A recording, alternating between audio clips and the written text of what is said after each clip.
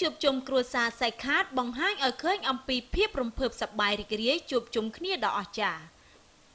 នៅ Cambodian Country Club ថ្ងៃនេះបានប្រែក្លាយទៅជាសមុទ្រពណ៌ទឹកក្រូចដោយសារតែក្រុមហ៊ុនទូរគមនាគមន៍ឈានមុខគេសាច់ខាតបានរៀបចំកម្មវិធីជួបជុំគ្រួសារសាច់ខាតប្រចាំឆ្នាំដើម្បីសម្ដែងនៃការថ្លែងអំណរគុណដល់ការខិតខំប្រឹងប្រែងធ្វើការរបស់បុគ្គលិក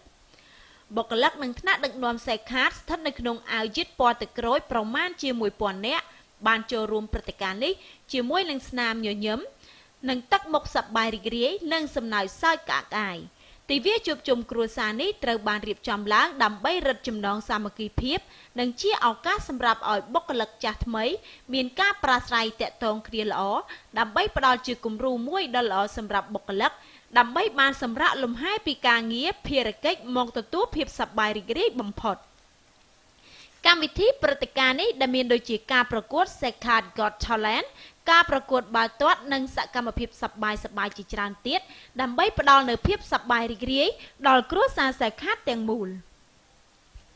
ទិវាជួបជុំគ្រួសារសាច់ខាតដែលបានចាប់ផ្ដើមពីម៉ោង 9 ព្រឹកនិងបន្តរហូតដល់ម៉ោង 4:30 នាទីល្ងាចក៏មានវត្តមាននៃការចូលរួមពីសំណាក់ថ្នាក់ដឹកនាំដែលធ្វើឲ្យកម្មវិធីនេះកាន់តែមានភាពអធិកអធមផែនទៀតលោកអ៊ីនវ៉ាត់សុននាយកប្រតិបត្តិនៃក្រុមហ៊ុនសេខាតក៏បានថ្លែងឲ្យដឹងថាព្រឹត្តិការណ៍នេះជាគំនិតផ្ដួចផ្ដើមមួយដែលរៀបចំដោយសេខាតដើម្បីផ្ដល់ជូនបុគ្គលិកទាំងអស់ឲ្យទទួលបាននូវជីវិតការងារល្អប្រសើរទាំងក្នុងការបំពេញការងារនិងការកំសាន្តរីករាយដោយលោកបានបន្តទៀតថាយើងក៏បន្តស្វែងរកមធ្យោបាយថ្មីៗទៀតដើម្បីឲ្យបុគ្គលិកបានជួបជុំគ្នា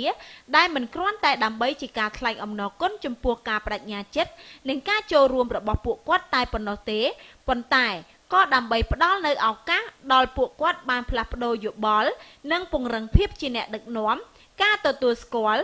និងជំនាញខាងការងារជាក្រុមទិវាជួបជុំគ្រួសារយើងជាមធ្យោបាយមួយដើម្បីសម្រេចគោលបំណងទាំងនេះប៉ុន្តែជារួមវាជាឱកាសល្អបំផុតសម្រាប់យើងជួបជុំគ្នាចូលរួមសប្បាយរីករាយជាមួយគ្នាដើម្បីប្រមូលអារម្មណ៍និងភាពស្រស់ស្រាយពេលត្រឡប់មកបំពេញការងារវិញ